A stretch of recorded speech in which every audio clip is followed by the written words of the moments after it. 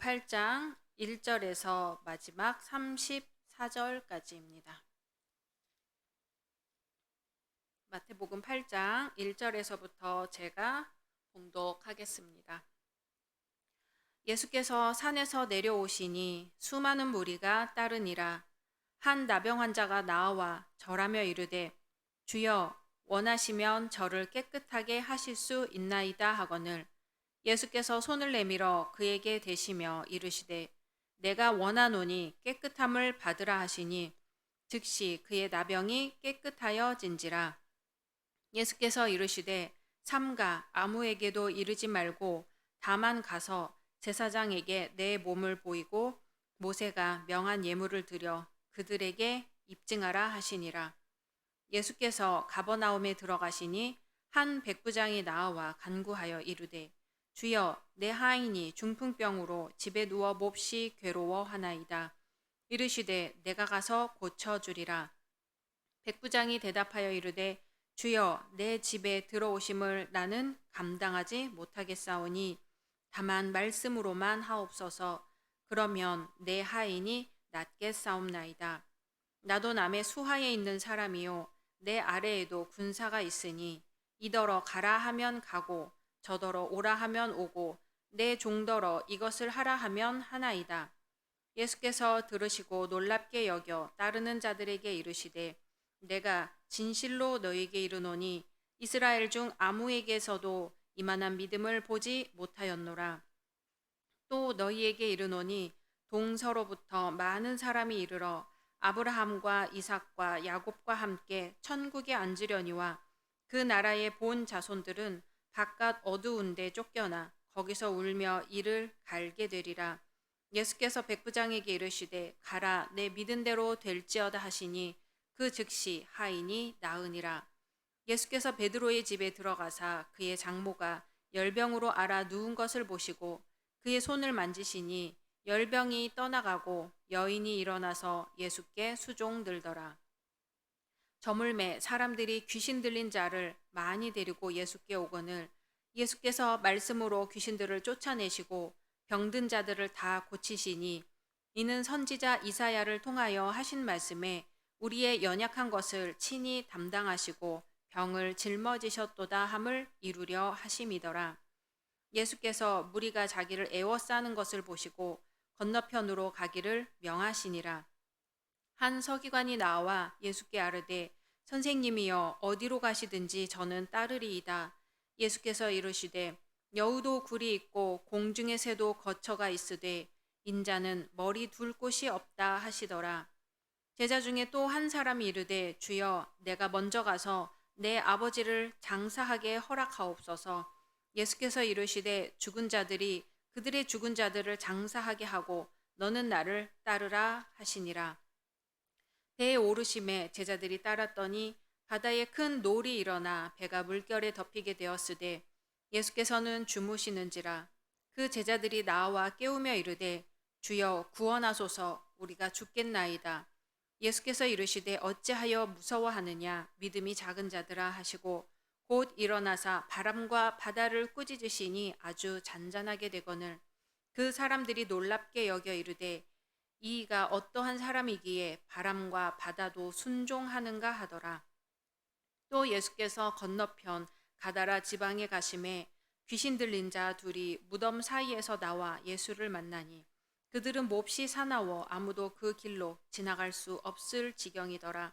이에 그들이 소리질러 이르되 하나님의 아들이여 우리가 당신과 무슨 상관이 있나이까 때가 이르기 전에 우리를 괴롭게 하려고 여기 오셨나이까 하더니 마침 멀리서 많은 돼지떼가 먹고 있는지라. 귀신들이 예수께 간구하여 이르되 만일 우리를 쫓아내시려면 돼지떼에 들여보내 주소서 하니 그들에게 가라 하시니 귀신들이 나와서 돼지에게로 들어가는지라. 온 떼가 비탈로 내리달아 바다에 들어가서 물에서 몰사하거늘 치던 자들이 달아나 시내에 들어가 이 모든 일과 귀신 들린 자의 일을 고하니 온 시내가 예수를 만나려고 나가서 보고 그 지방에서 떠나시기를 간구하더라. 아멘.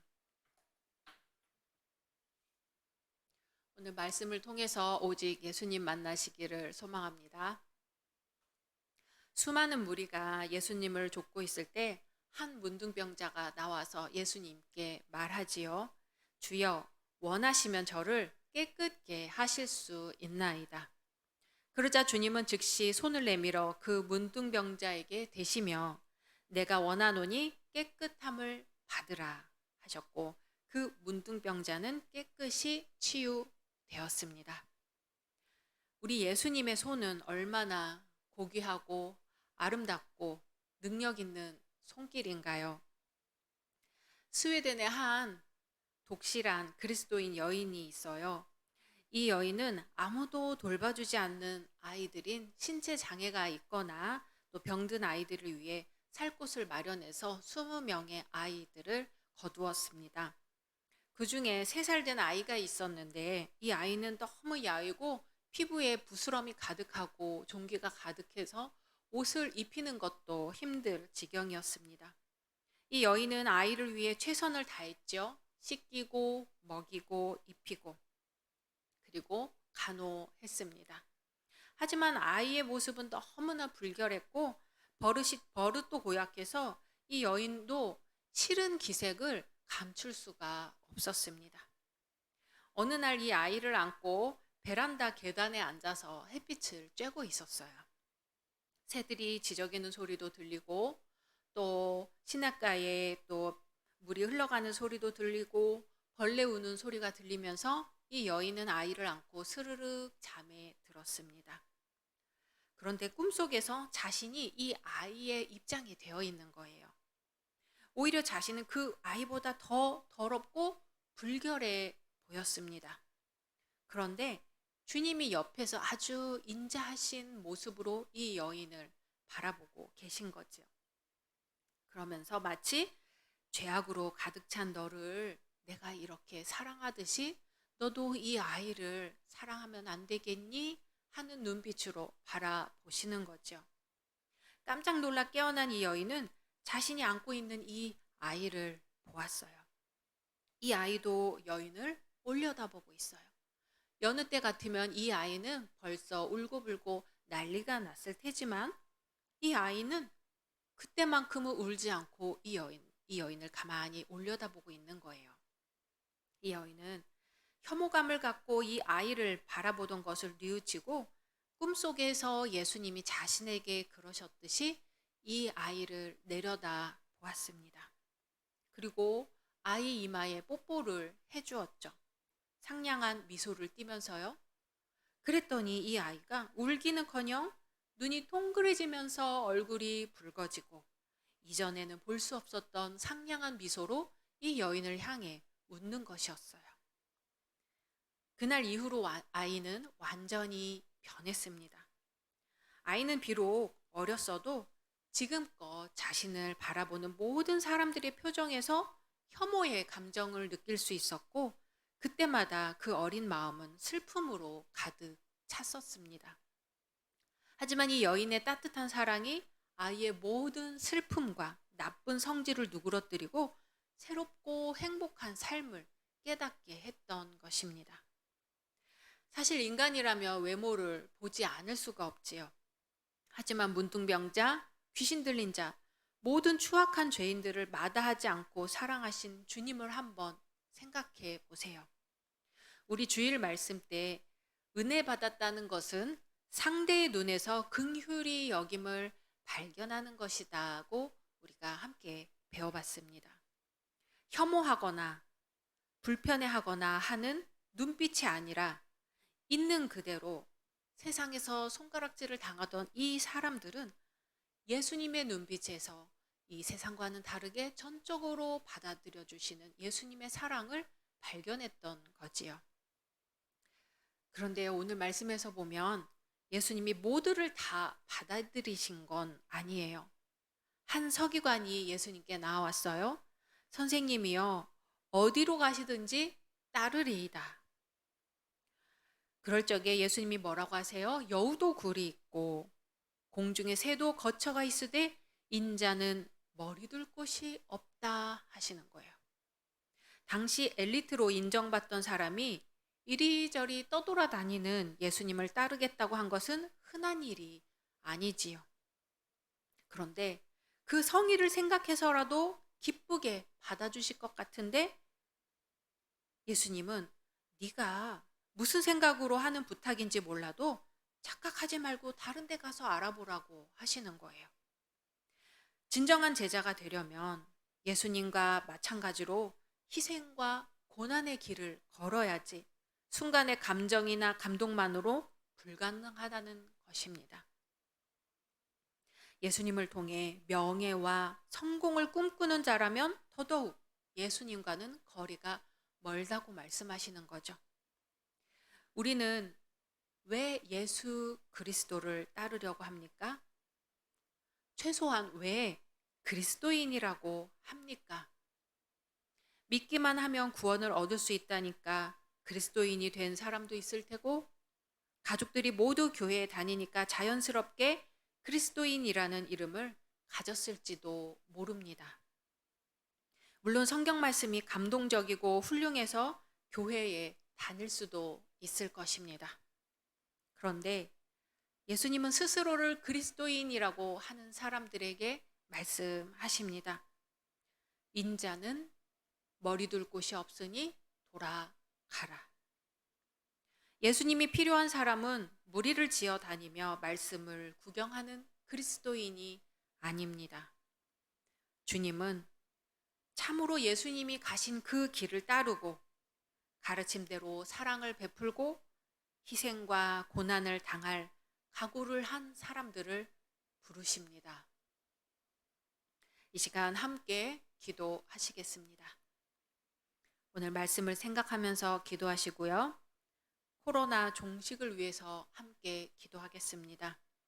그리고 담임 목사님과 교역자, 우리 장로님, 권사님, 집사님, 성도님들을 위해 기도해 주시고요. 교회학교와 청년부를 위해서, 그리고 우리 대입 수험생들을 위해서 함께 기도하겠습니다.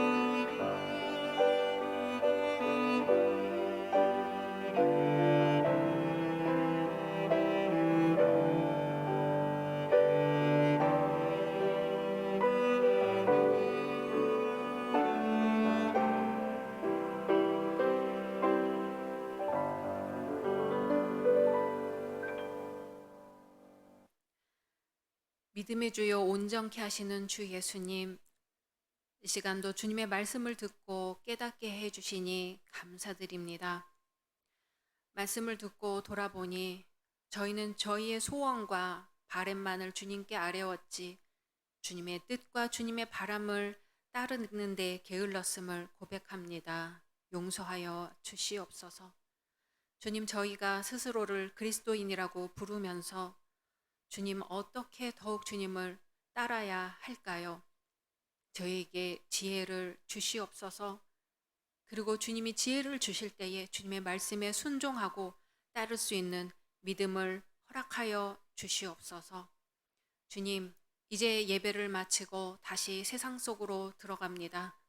세상 가운데 살 동안에 주님 오늘의 말씀을 잊지 않게 하여 주시고 저희와 동행하여 주시옵시고 저희의 손을 붙들어 주시옵소서.